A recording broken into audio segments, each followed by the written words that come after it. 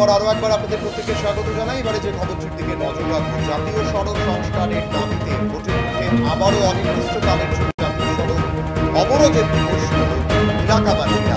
হেরেঞ্জুড়িতে এই ঘটনা রাজ্যের পঞ্চায়েত নির্বাচনের ডাক লক্ষ্যে ৮ নম্বর আসাম আগরতলা জাতীয় সড়ক সংস্কারের দাবিতে আবারও জাতীয় সড়কে অবরোধ করে বিক্ষোভ দেখালো ৬টি গ্রামের মানুষ একসাথে। ঘটনা উত্তর ত্রিপুরা জেলার ধর্মনগর মহকুমার হেরেঞ্জুড়ি এলাকায়। ঘটনার বিবরণ জানা যায়, জাতীয় সড়ক অবরোধকারীরা চোরাইবাড়ি সেল ট্যাক্স এলাকা থেকে নোয়াগাঁও এলাকা পর্যন্ত ৮ নম্বর আসাম আগরতলা জাতীয় সড়কের ১৩ কিলোমিটার রাস্তা বেহাল দশায় দীর্ঘদিন ধরে পড়ে রয়েছে, কিন্তু তা সংস্কারের নামে কোনো হেলদোল নেই দপ্তরে। জাতীয় সড়কের উপর পুকুর সম গর্তে নাজেহাল ছোট বড় যান চালকরা, সাথে ভোগান্তির শিকার হচ্ছে স্থানীয় জনগণরাও। অভিযোগ, বিগত ১.৫ থেকে ২ বছর যাবৎ জাতীয় সড়কের কোনো সংস্কারই হয়নি, কিন্তু প্রতিদিন শত শত লরি চলাচলে জাতীয় সড়কের চেহারা পাল্টে গিয়েছে। জাতীয় সড়কের উপর পুকুরসম গর্তে পড়ে যানবাহন দুর্ঘটনার কবলে পড়ছে। স্থানীয় লোকজন, বাজার হাট থেকে শুরু করে শিক্ষার্থীরা স্কুলে যেতে দুর্ভোগ পোহাতে হচ্ছে। তাছাড়া কিছুদিন পূর্বে এক গর্ভবতী মহিলা শরীছড়া হাসপাতালে যাওয়ার পথে বেহাল রাস্তার জন্য হাসপাতালে পৌঁছবার আগেই মৃত্যুর কোলে ঢলে পড়েছে। জাতীয় সড়ক সংস্কারের দাবিতে একাধিকবার জাতীয় সড়ক অবরোধ করা হলেও উত্তর জেলা প্রশাসনের তরফে কোনো ধরনের তৎপরতা দেখানো হয়নি। উল্টো ইটের কিছু আদলা দিয়ে ভরাট করে দায় সারেন দপ্তরের কর্মীরা। তাতে বড় বড় লরির চাকায় ইটের যে টুকরোগুলো, সেগুলো একেবারে স্বমহিমায় পুনরায় যেভাবে ছিল ফিরে আসে। জরাজীর্ণ হয়ে পড়ে পুনরায় জাতীয় সড়ক।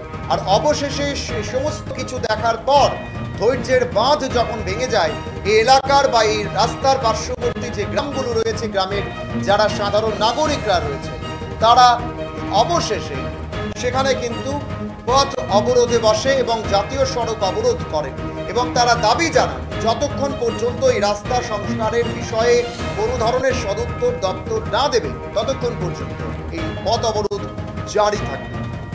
এই অবরোধের ফলে উভয় পাশে, অর্থাৎ রাস্তার উভয় পাশে পণ্যবাহী ও যাত্রীবাহী দীর্ঘ লাইন পড়ে যায় গাড়ি, এবং যা নিয়ে একেবারেই ভোগান্তির শিকার হয়েছেন সাধারণ যারা নাগরিকরা রয়েছেন, যারা সেখান দিয়ে নিত্যদিন যাতায়াত করেন।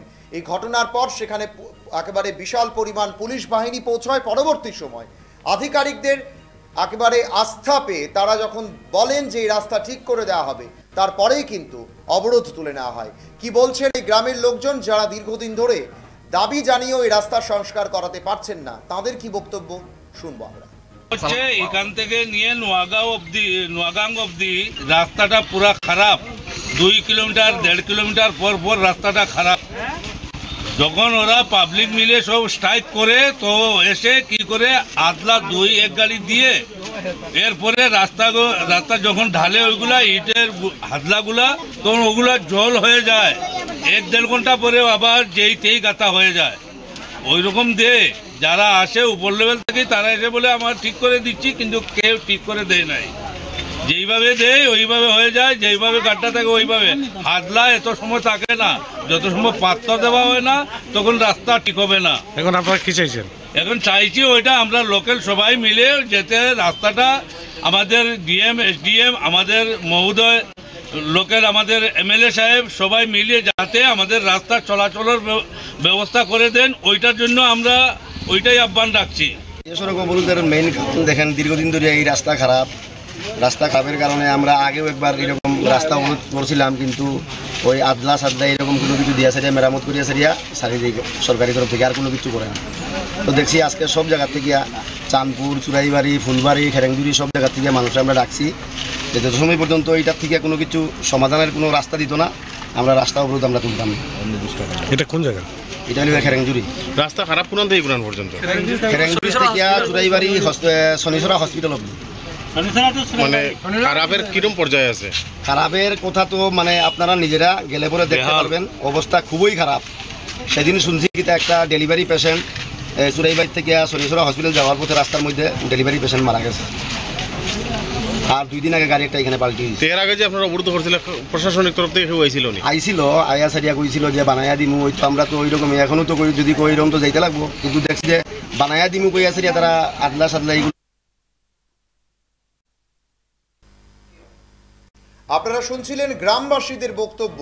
শুধুমাত্র এই ধরনের রাস্তাই নয়, এ রাজ্যের অনেক রাস্তা ঠিক একইভাবে কিন্তু বেহাল অবস্থায় রয়েছেন। প্রায় প্রতিদিন আমরা বলতে পারি এই ধরনের ঘটনার খবর কিন্তু আমাদের কাছে এসে পৌঁছয় এবং সেগুলো আমরা তুলে ধরি, কিন্তু সেই জায়গা থেকে দাঁড়িয়ে দপ্তরের কিন্তু সেখানে কোনো হেলদোল নেই।